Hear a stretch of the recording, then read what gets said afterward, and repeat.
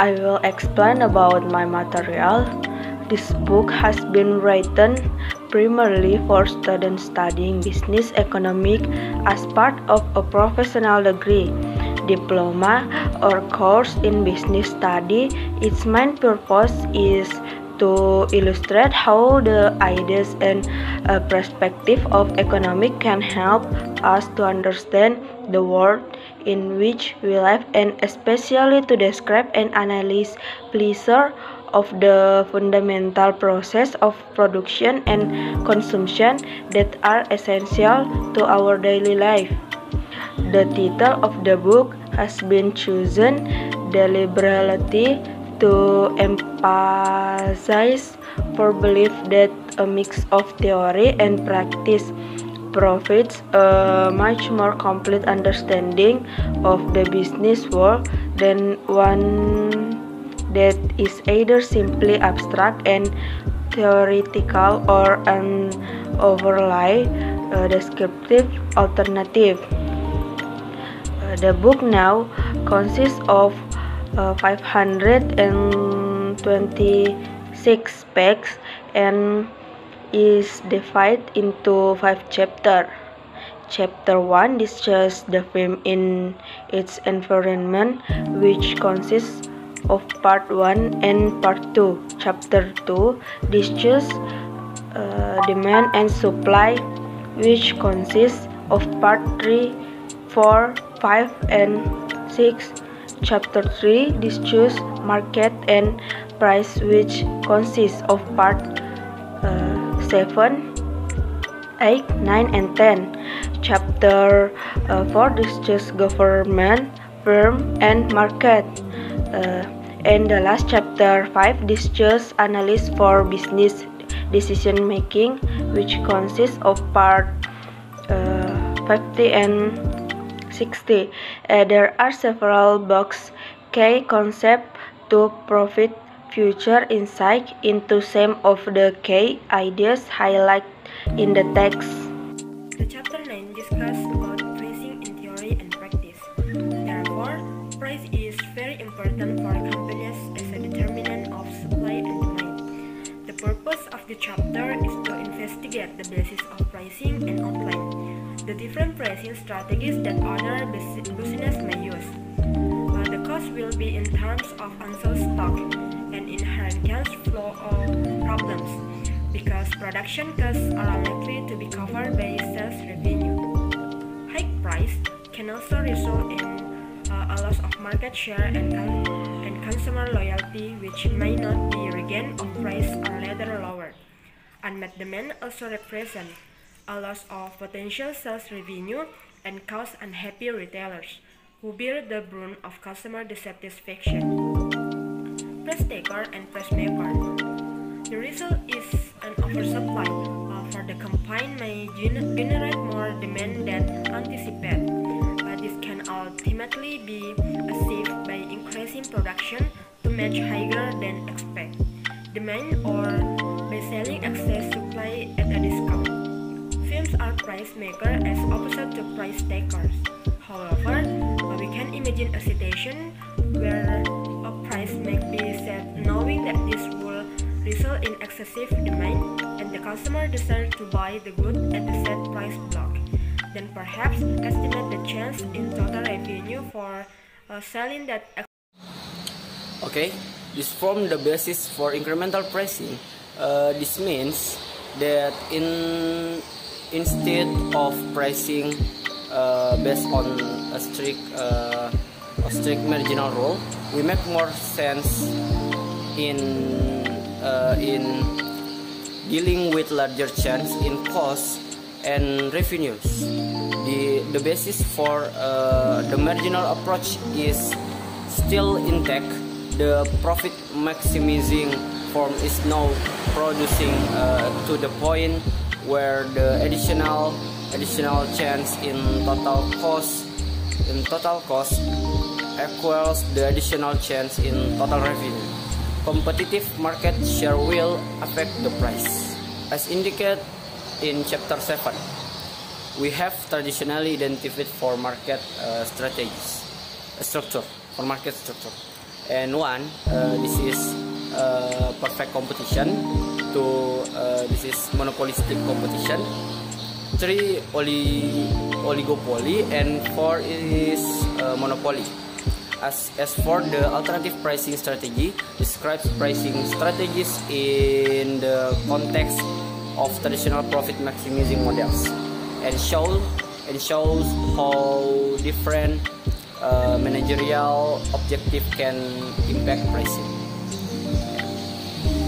In the chapter 10, discussing international markets. So international markets are important to most companies, even if they do not produce for the export market. They will probably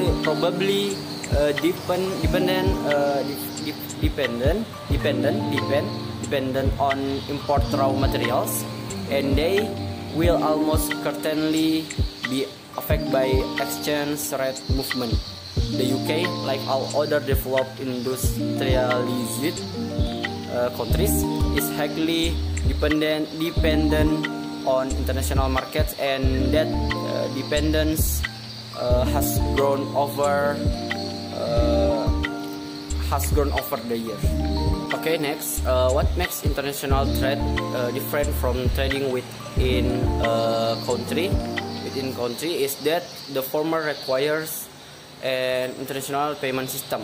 It is very important for business to have an understanding of international markets, exchange rates, and balance of payments. In this chapter, we begin with a standard theoretical view of international trade and why trade occurs, before concentrating on practical issues such as exchange rates, their effect on the business and operation of multinational corporation. The chapter concludes with a discussion of the process of globalization, international trade restriction. There are several things of the government does to limit international trade. The balance of payments is a record of one country's international trade with other countries over a certain period of time, usually one year. It records the flow of money rather than goods, so imports will be recorded as negative quantities because money flows out of the country to pay for goods, and exports are recorded as positive amounts. Thank you. Money flow into and out of country of two basic reasons. First, the exchange of goods and service current transaction, and second for investment purpose and capital transaction. In the UK, for example, these two flow and recorded specially in the balance of payment made by the government.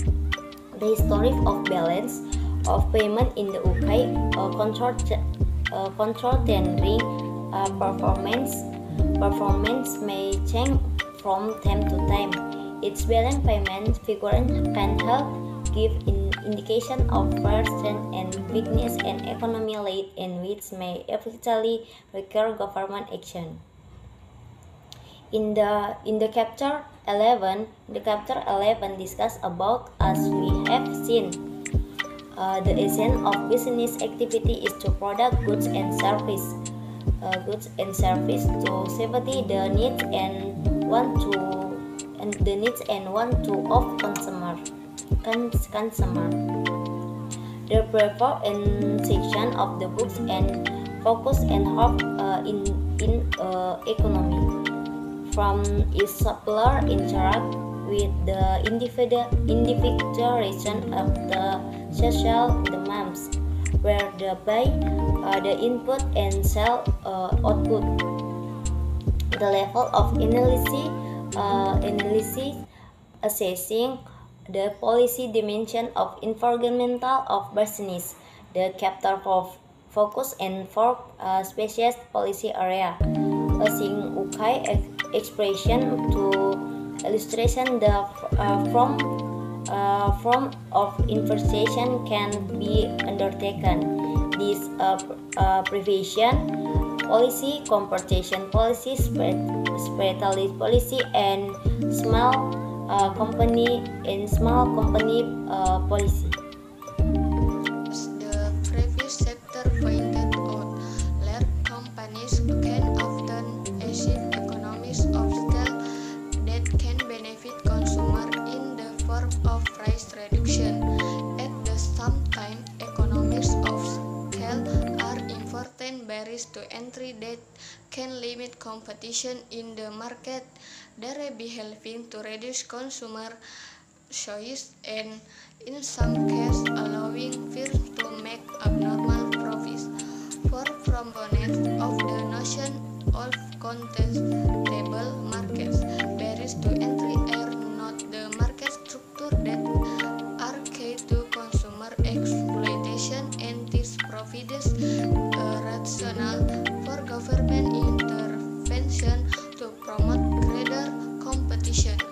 In the latest phase of its evolution, the government has extended to align competition policy with a law, be it general macroeconomic policy as outlined below, or policy and laws targeted at specific sector. Democratically elected government regularly consult, negotiate, bargain, and sometimes compromise with business and their representative organization before making decision, and ensure there is negotiate individuals and group bargain with each other and with the government on the form of environmental regulation that the government may wish to implement. Conclusion: as this chapter has shown, in a market-based economy, government can exert considerable influence over companies, sector, and market. The combination of forces operating at different spatial levels can help shape government policy and